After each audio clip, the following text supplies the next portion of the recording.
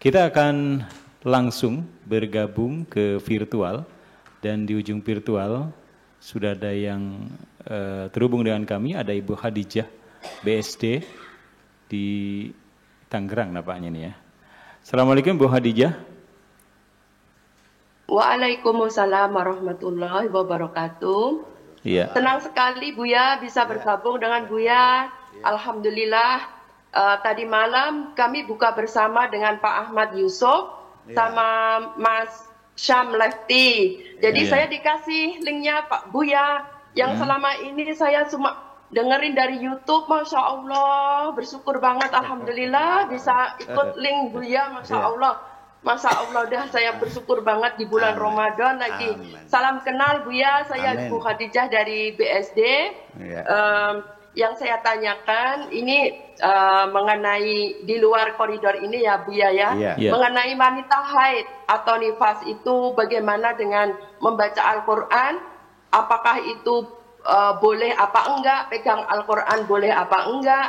Terus yang kaitannya dengan Lailatul Qadar ini loh yang sedang kita cari ini, sebenarnya Lailatul Qadar tuh bagaimana sih ciri-cirinya, apa kalau kita sudah mendapatkan itu Lailatul Qadar itu Buya. Sekian Buya, makasih. Assalamualaikum warahmatullahi wabarakatuh. Waalaikumsalam warahmatullahi wabarakatuh. Ya, ada dua pertanyaan Pak Afgan. Saya melihat perempuan mungkin berbeda dengan kalian laki-laki. Ya, saya melihat perempuan punya hak dan kewajiban yang sama seperti laki-laki. Laki-laki harus dekat dengan Tuhan. Betul nggak? Laki-laki harus puasa. Perempuan? Laki-laki harus sholat. Perempuan? Laki-laki harus haji. Perempuan? Laki-laki wajib mencari nafkah. Kalau perempuan sama. Ya kalau nggak usah makannya dari mana? Dari mana makannya kalau cari makan sendiri? Dari suami. Dari suami. Ya kalau punya suami. Kalau enggak, nah suami berkewajiban ngasih makan istri. Itu adalah dalam rangka pembagian tugas, job description, bagi-bagi tugas. Iya dong, istri tugasnya masak, ngepel, nyuci, nyetrika, ngasuh anak, itu bagian tugas. Laki-lakinya, suaminya pontang-panting Jakarta, Bandung, Jakarta, Surabaya, nyupir mobil, iya kan? Iya, menantang maut untuk ngasih makan anak istri, itu pembagian tugas. Nah begitu suaminya meninggal ya harus cuci tangan. Makanya perempuan juga harus punya keterampilan. Itu di dalam dunia. Di akhirat, di dalam akhirat juga sama. Wala taziru waziratu wizra ukhra wa in tad'u muthqalatun ila himliha la yuhmalu minhu syai'. Masing-masing memikul dosa. Enggak ada suami memikul dosanya istri. Dosa masing-masing loh. Sekalipun suamimu kiai belum tentu masuk surga bersama suamimu. Suamimunya juga belum tentu masuk surga kok. Nah makanya juga ibadah sama. Nah ketika perempuan dalam setiap bulan itu seminggu haid tidak boleh baca Quran, itu berarti dijauhkan dari Tuhan dong. Firman-Nya nggak boleh dibaca. Jadi artinya larangan perempuan baca Quran bukan larangan asli. Ya, larangan dalam rangka menghormati Al-Quran, tidak boleh dibaca orang yang lagi haid. Tetapi saya melihat perempuan juga harus dekat dengan Al-Quran dalam kondisi apapun. Nah makanya kalau kita lihat hukum perempuan haram baca Quran itu tidak asli. Buktinya Pak, kalau Anda sebagai guru di madrasah ngajar Quran, ketika haid libur nggak? Libur nggak? saya lagi head, jadi libur dulu. Jadi gitu, berhenti. Jadi sekolahnya berhenti dulu. Seminggu gitu, nunggu headnya suci. Betul nggak? Nah, ketika engkau sedang menghafal Al-Quran, boleh nggak kita membaca Al-Quran karena kita lagi menghafal tahfidz Al-Quran? Boleh nggak? Boleh. Jadi nggak asal. Betul nggak? Berarti nggak asli kan? Hanya sebatas untuk menghormati Al-Quran. Makanya bagi saya ada jalan keluar supaya kita jangan berantem sama para ulama. Ya, ya sudah gini aja. Ketika Anda sedang head, baca Qurannya jangan bersuara, di dalam hati saja. Solusi bagi saya. Karena bagaimanapun perempuan juga harus selalu rajin baca Quran dong. Sampai-sampai karena mensakralkan Al-Quran terlalu berlebihan, mensakralkan Al-Quran, justru akhirnya menjauhkan Al-Quran dari kita kok. Gara-gara kalau pegang Quran harus berwudu dulu, akibatnya nggak baca-baca Quran. Rajin mana baca Quran? Orang yang harus wudu dulu atau tanpa wudu? Makanya orang NU sama Muhammadiyah masih rajin orang Muhammadiyah baca Qurannya, dikantongi sambil nunggu kereta api sambil baca Quran, nggak wudu lagi sih. Kalau orang NU ya jadi yang nggak boleh mengatakan Quran nih, harus wudu. Saya tidak menyalahkan ketika orang ingin mensakralkan Al-Quran. Tetapi ketika berlebih-lebihan akibatnya menjauhkan Al-Quran. Jadi saya kasih solusi, kalau Ibu Khadijah ini sedang menghafal Quran, lanjut hafalkan saja, nggak ada masalah. Atau sebagai guru di madrasah atau di pesantren, waktunya ngaji, yang ngaji saja, nggak ada masalah. Nah kalau pengen tadarus bulan puasa ini karena lagi head, ya sudah, bacanya di dalam hati saja. Dan yang dibaca, yang dipegang jangan Al-Quran, tetapi tafsir Al-Quran yang tulisan tafsirnya lebih banyak daripada teks Al-Qurannya. Terjemahan Kementerian Agama itu kita lagi pegang terjemahan Al-Quran, bukan pegang Al-Quran. Ya diakal-akal aja gitu caranya. Supaya Al-Quran dekat dengan kita. Ayo, bulatnya ayo. Iya, ya dia pinter-pinter aja kela-kelaan gitu. Kemudian Lailatul Qadar, kebetulan kita di hutan punya pendepokan. Yeah. Dan nanti sore ini saya langsung mau ke hutan karena banyak orang yang di sana. Mulai tanggal 17, 18, 19, 20, 21. Ini yang muttafaq alaih, banyak pendapat-pendapatnya itu ya tanggal 21, 19, 17 itu. Jadi di sana sambil puasa, tapi puasanya puasa Ramadan. Bukan puasa sunnah, puasa Ramadan. Ya, puasa Ramadan. Jadi artinya memperbanyak baca Al-Quran di hutan di sana, ya. Sambil nginep di sana 5 hari. Barangkali saja mendapatkan nuzul nama Lailatul Qadar. Tetapi tidak ada kepastian tanggal berapa karena pendapatnya banyak sekali. Ya sudah kalau begitu mah yang paling afdol sesungguhnya tunggulah Lailatul Qadar itu sepanjang Ramadan. Dari mulai tanggal 1 sampai malam Lebaran kita tunggu Lailatul Qadar. Itu daripada kita nunggu tebak-tebakan tanggal 21, 19, 29 Kepungnya. semacam. Udah semuanya aja kita persiapkan, yang rajin baca Quran di bulan Ramadan. Nah itu. Lalu apa yang akan terjadi kalau kita dapat Lailatul Qadar? Kita akan mendapat kebaikan dari Tuhan itu sama dengan 1000 bulan. 1000 bulan itu adalah 83 tahun lebih 4 bulan lah kurang lebih. Jadi artinya satu kali kita mendapat Lailatul Qadar itu sama dengan kebaikan kita seumur hidup. Iya. Ya, umur 83 itu umur bangsa-bangsa yang usianya panjang ya.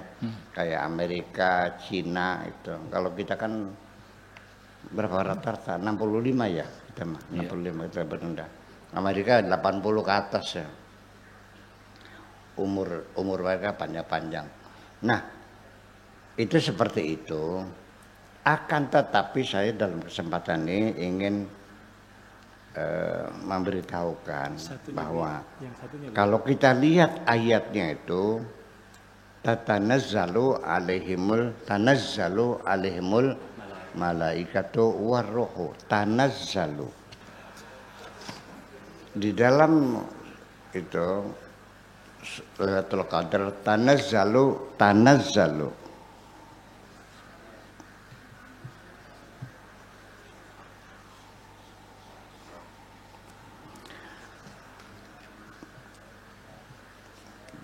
tanazzalu alaihimul malaika. Jadi pada malam Qadar itu malaikat-malaikat turun. Diinformasikan dari Al-Quran, ada yang lebih hebat dari Lailatul Qadar ini. Yaitu siapa? Yang penting kita hidup ini konsisten.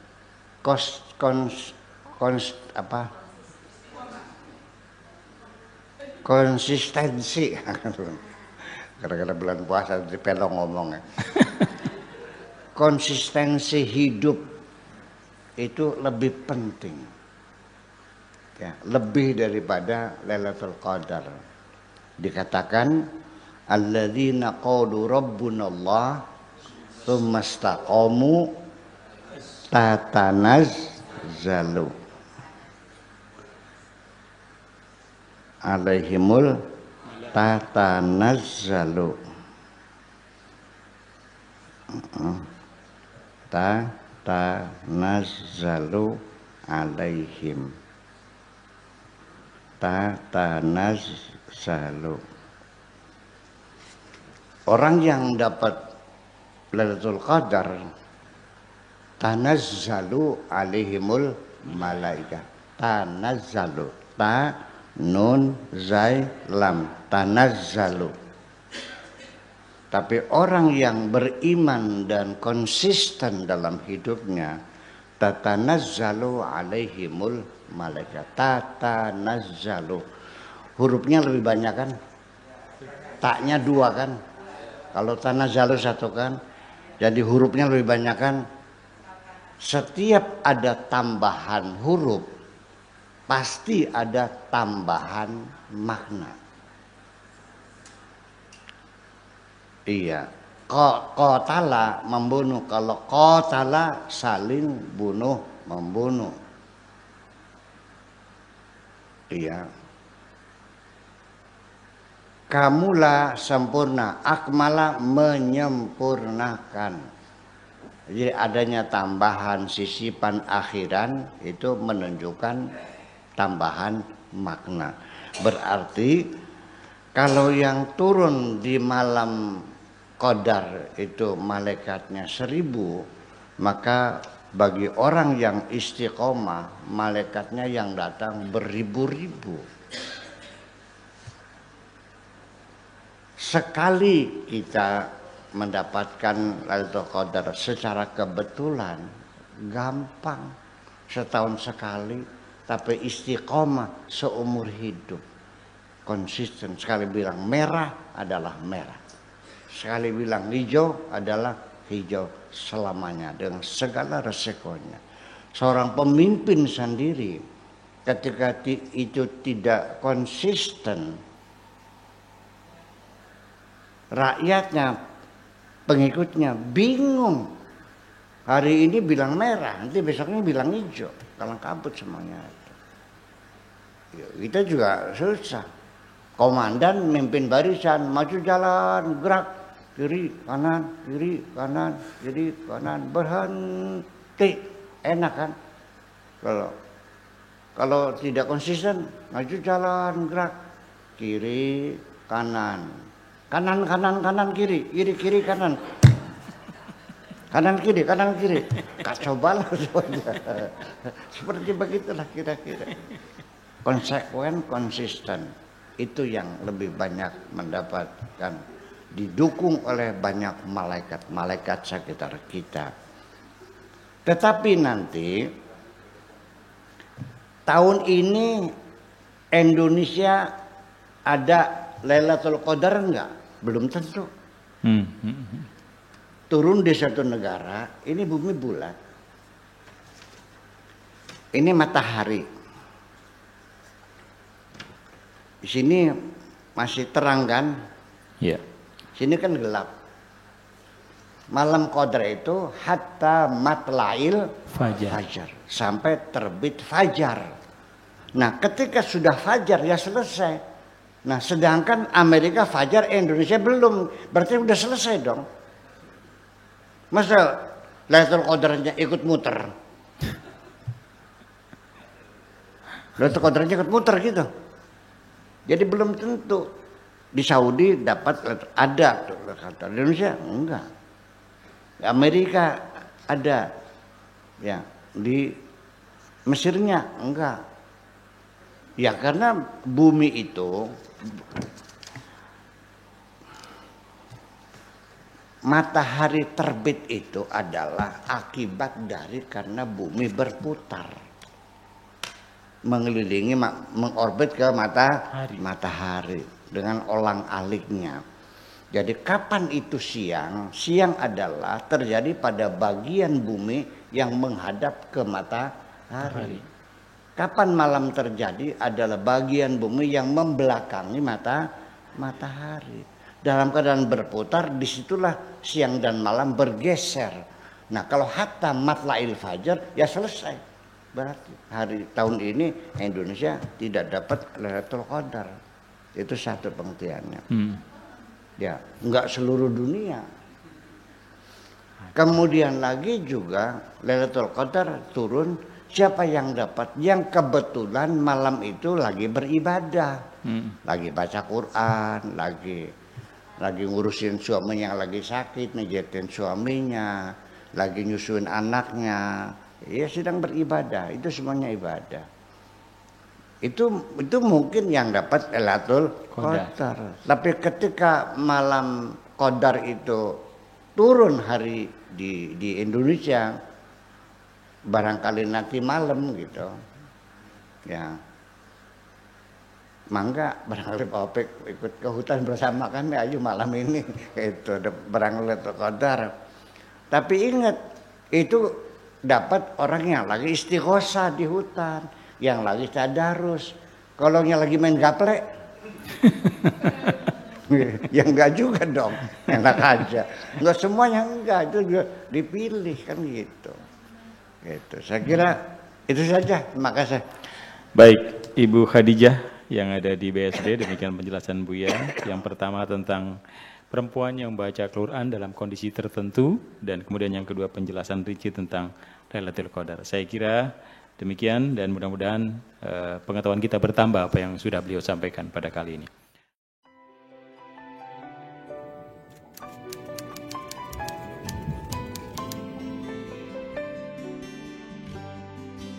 Aku hanya ingin berbagi kebahagiaan dan tidak menggurui siapapun. Terlalu sulit bagiku untuk menyalahkan siapapun. Akan tetapi apabila ada orang yang ingin mengisi raporku, tentu aku sangat gembira sekali. Dan kujamin aku tidak akan sakit hati sedikit.